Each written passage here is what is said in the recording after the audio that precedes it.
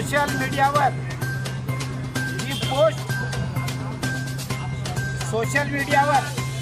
जी post viral होतीये की देशाचे पंतप्रधान नरेंद्र मोदी मर्यादा पुरुषोत्तम प्रभू सियावर रामचंद्रांचा बोट धरून त्यांना मंदिरामध्ये घेऊन जात आहे।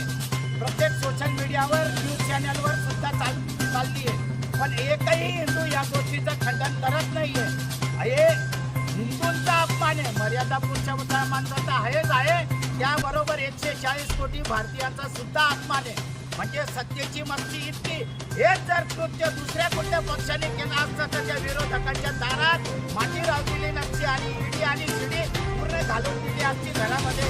अरे मोदीने आपल्या अंड्या पिल्ल्यांना गोळं मारण्याची काही समस्या, एवढी सत्तेची मस्ती चांगली नाही। आवाज को जगाने की भूल मत करना, 140 करोड़ जाएंगे तो देने में पड़ जाएंगे महाराष्ट्र। आणि हे जे सोशल मीडियाच्या माध्यमातून भाजपने हे जे मर्यादा पुरुषोत्तमांचं जे बोट धरून मंदिरामध्ये घेऊन जात आहे, उद्धव बाळासाहेब ठाकरे शिवसेना या गोष्टीचा तीव्र निषेध करते।